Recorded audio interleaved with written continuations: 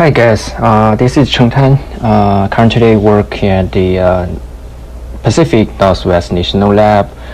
I was a PhD student in NUS under the supervision of Prof. Tulika and Prof. Pei. I left Singapore at the end of 2018. It's already been like 3 years.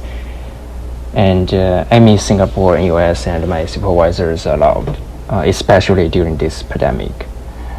So anyways, today I would like to give a talk about my recent research work related to CGRA. The title here is Democratizing Coarse-grained Reconfigurable Arrays, which aims at helping the non-experts of hardware design their own specialized CGRA accelerator based on their targeting application domain.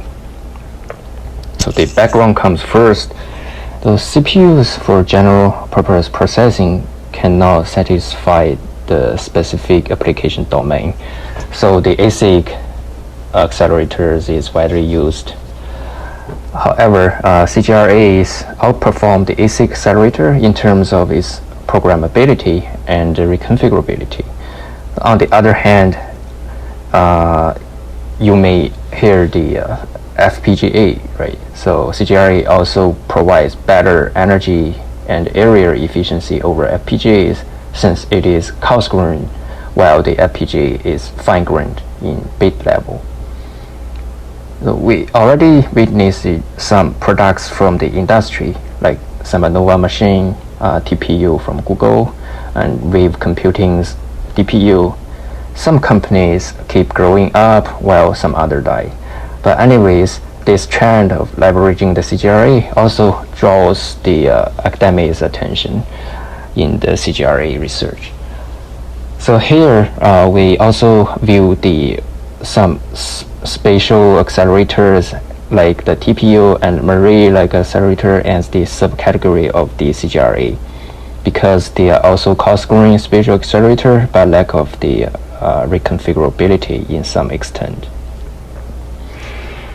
Right, so nowadays more and more CGRAs are designed based on the different requirements and characteristics posted across different application domains. So therefore, a unified framework to automate such design procedure is required, because designing and debugging a CGRA involves tremendous hardware and software engineering effort. For example, one might need to perform the design space exploration to apply appropriate loop level transformation, like loop optimization, before mapping the data flow graph onto the CGRA, like what you do in the TVM for the loop tiling and loop transformation, right? And some users also want specialize certain processing elements, or you can call it PEs, or tiles with specific functionality to adapt to different application domain. For example, the systolic array has the MAC operation supported by the MAC unit in each tile, which can only do the multiplication and addition in single cycle and cannot do the other operations. So moreover, once the design is fixed, so the user might need a framework to model, verify, and evaluate the design, right? So here the figure shows our proposed framework for both design space exploration and also the CGRA generation. Before diving into the framework details, let me introduce a generic architectural template that can synthesize as different specialized CGRA. As shown in the figure, a CGRA accelerator is always loosely coupled with the CPU. It contains multiple tiles that interconnected through a mesh network or any other customized topology, such as the ring and torus or even butterfly topologies. Inside each tile, there are a functional unit, a crossbar, a control memory that stores the control signals, and a set of registers to temporarily store the intermediate values to perform the data flow computation. So this architectural template provides the design space for the hardware and can eventually synthesize as a specialized design. So this figure shows that different state-of-the-art spatial accelerators can be modeled from our architectural template. Note that this template provides the design space to explore and eventually generate the target optimized design. Itself is not a design target. So specifically, we can constrain the communication direction from the left to right and from top down to, and also constrain the type of the tile with the MAC operation to form a systolic array, as shown in figure B. From the figure C and figure D, we can also constrain the topology, the communication to form different topologies and eventually form different accelerators. Yeah, so a design space exploration engine works on our architectural template to generate the optimized target design based on a set of application of interest. So this design space exploration consists of three main parts, which are the high-level loop transformation, low-level DFG manipulation, and also the accelerator-related mutation, which is the engine to explore the design space. So for the high-level loop transformation, the loop tiling factor should be determined based on the data memory size constraint of the target design. Also, if there are sufficient computing resources, bigger unrolling factor enables more parallelism for higher acceleration speed up.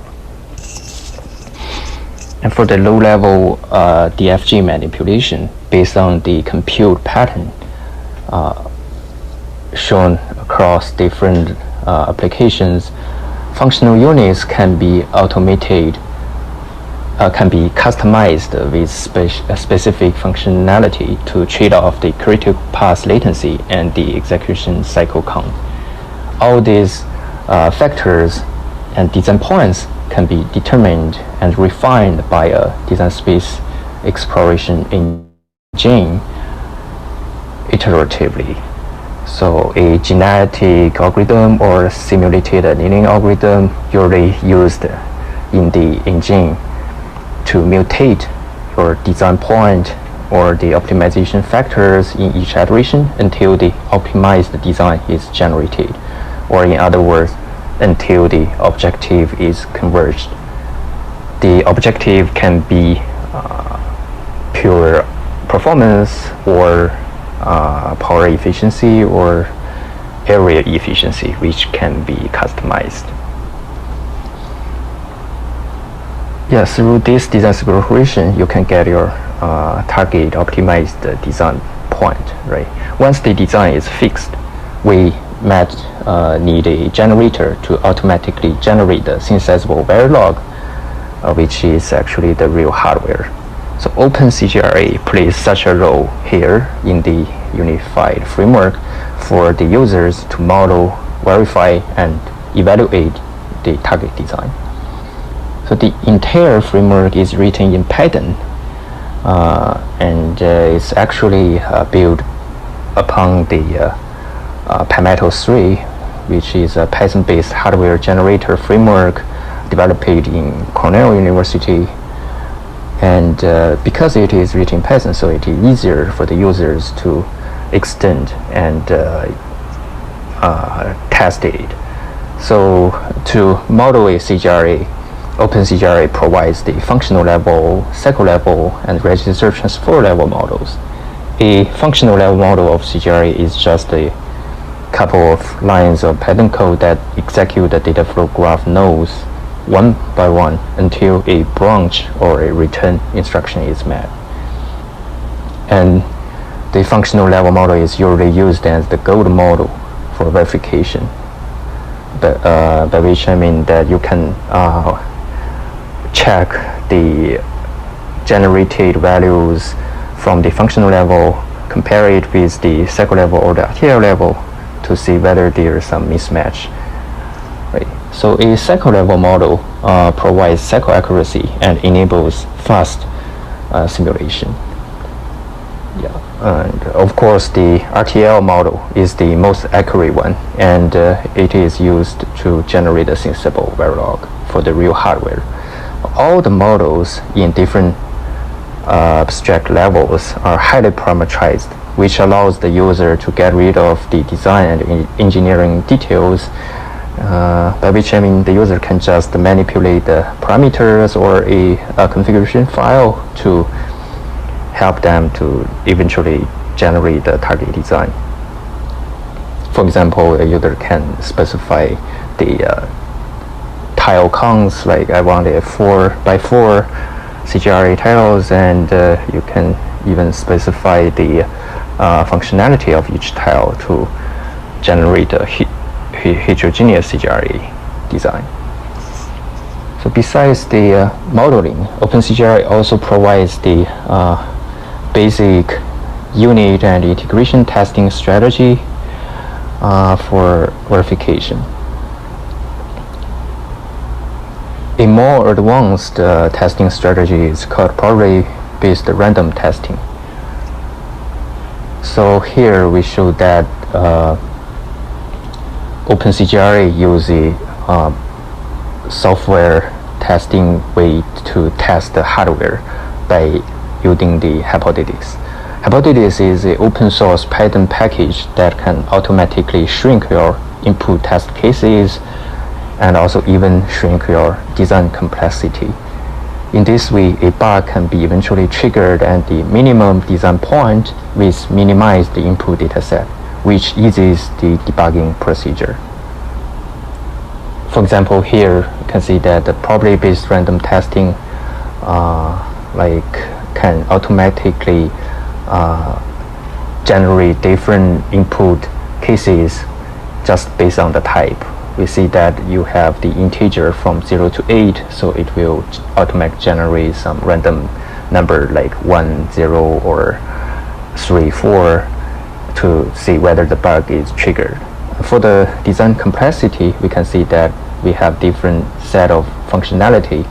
The most complex one has like 6 functional units, right? And the most simple one only has an adder. So if the bug can be triggered in the minimized design point with the minimize the complexity like an adder, then you could get a minimized trace file to see where the bug is. This can ease the debugging procedure instead of looking at a huge trace file which is gigabytes. And the last feature for the OpenCGRA is the evaluation. So for evaluation, OpenCGRA can be used with the mFlowGen to generate the reports of the area, power, and timing. So this slide shows that the showcase of the evaluation using mFlowGen. You can see it can get you the power report, area report to see whether your budget is exceed. If it is, then you could maybe discard some design point and choose the best one you want.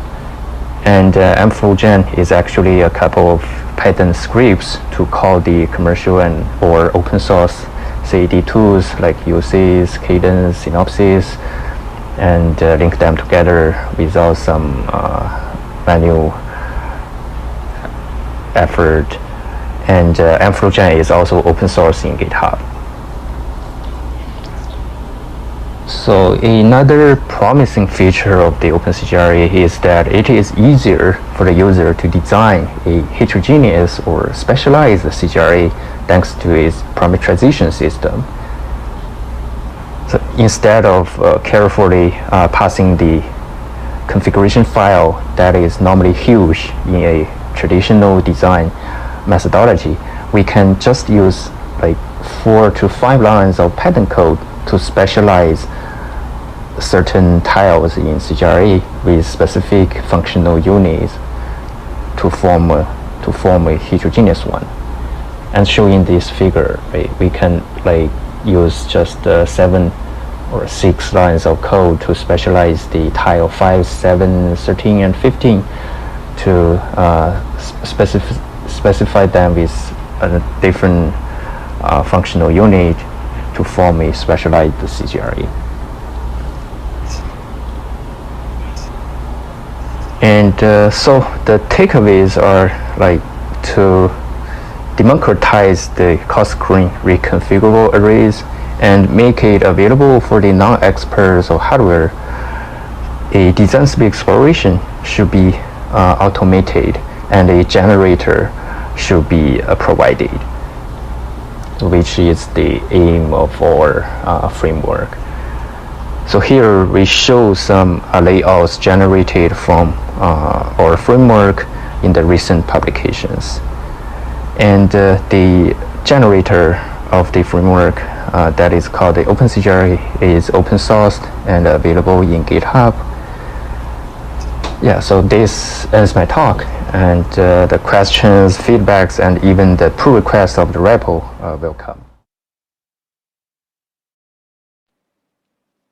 Okay, many thanks to Dr. Tan for his interesting talk. So, Dr. Tan, are you here? Yeah, so yeah, maybe we I'm can here. move on to the Q&A section. And you're welcome to type your question on the chat. So, okay, let's go. Anyone have any question? And we have plenty of time, actually. So just enjoy.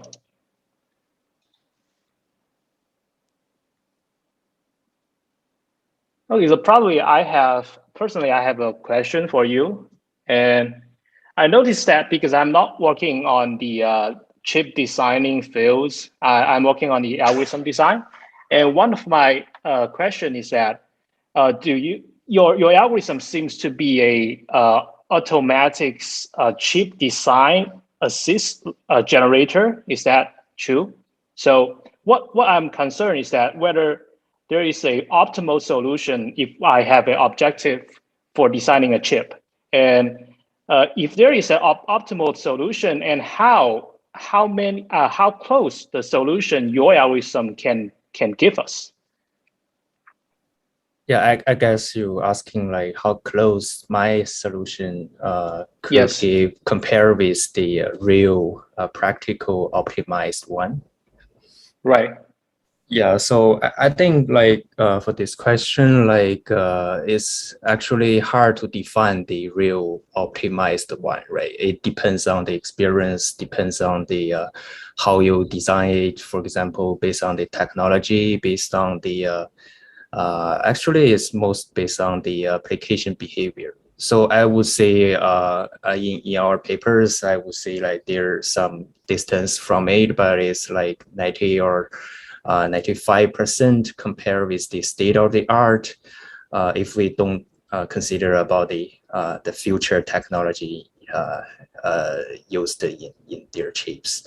So I mean this kind of close distance is thanks to the engine we use. We use the simulated annealing, and based on some statistics like the area, power, performance, efficiency, and if you can pay more time on the algorithm, heuristic algorithm, then you could get more and more closer to your objective.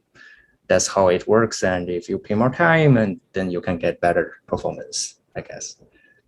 Okay, I see. Thank you. So there is a question in the chat from Zhao Ying. So what is the schedule or mapping algorithm for the CGRA generation framework? Yeah, so like CGRA generation framework for the mapping and scheduling is more about the compiler's work. For example, you like your for loop or your application is represented as a data flow graph, right? Then you want to map your data flow graph onto your multiple tiles accelerator. So for the mapping and scheduling, we use the modulo scheduling, like including the time domain into the spatial domain, and try to map the operation, map them one by one onto each tile with considering the timing cycles. So that's the name of the scheduling. It's called the modular scheduling. Yeah. Okay. So one question from Kiran. With regarding to the embedding the generator in Python, have you considered using extension like the recent MyPy to add static types to the API? Is this a kind of domain where having static types would help?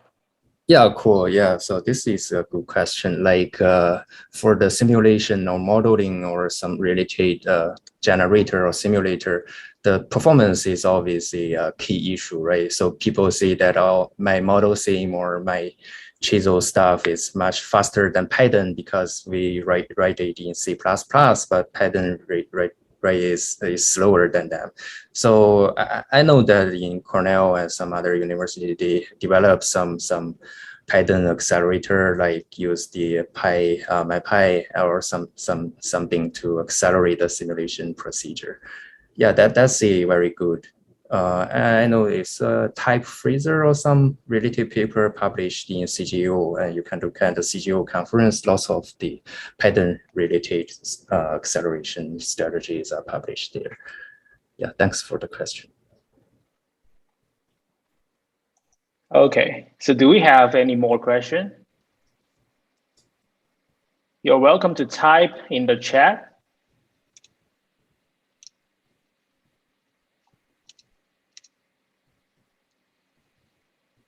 So actually, I have another question personally, and I noticed that like 2 months ago, Google published a chip designer and AI designer for fast chip design, and the paper is published on Nature, I believe, which is titled "A Graph Placement Methodology for Fast Chip Design." So, do you think you the field you are working on can take in some AI like elements in the chip designing procedures?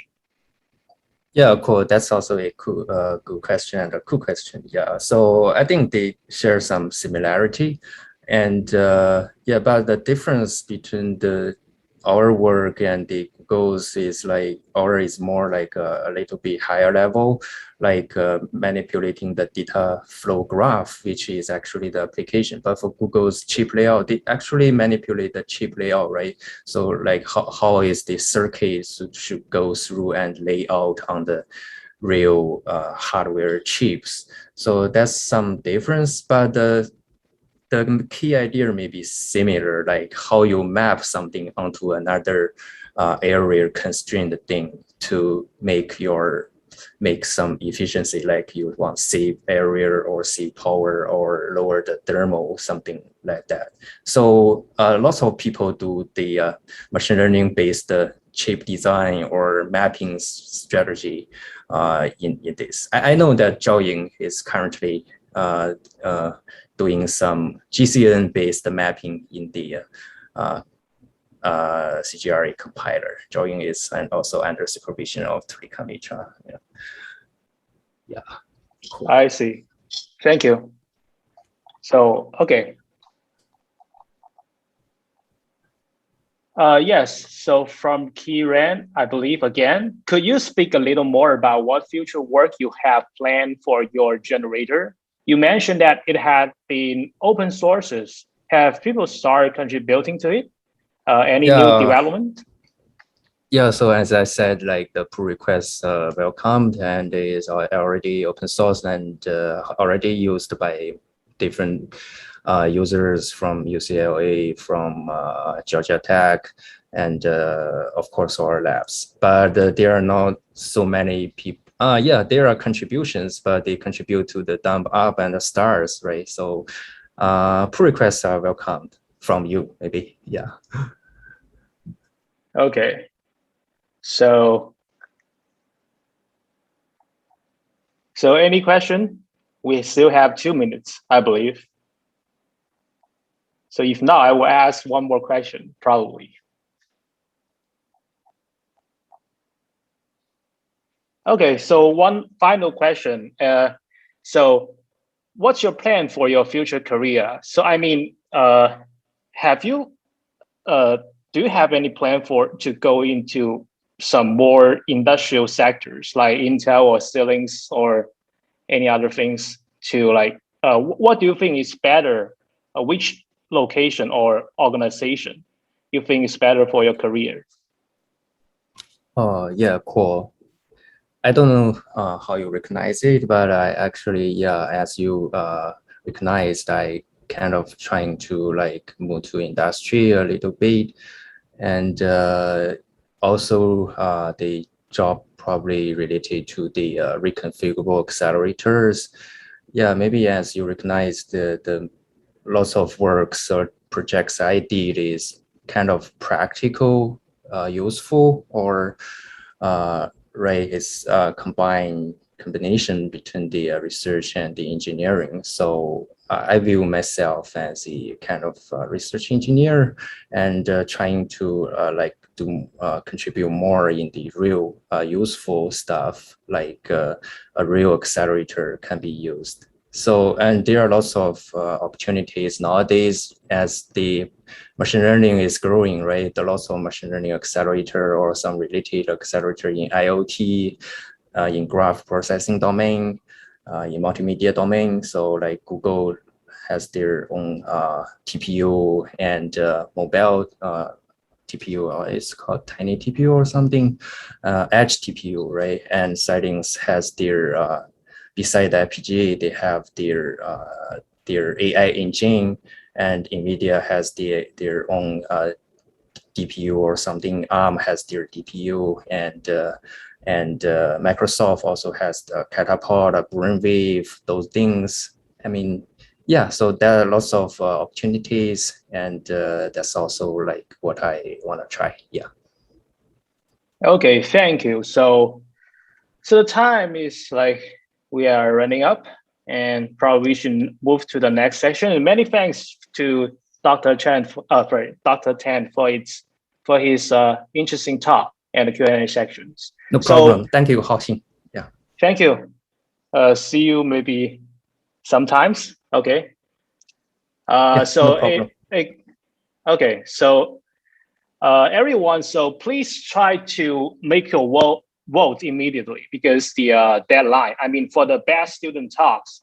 So the deadline is approaching. It's 10 minutes later. So please vote and vote for your fellows or anyone you like for the best student talk.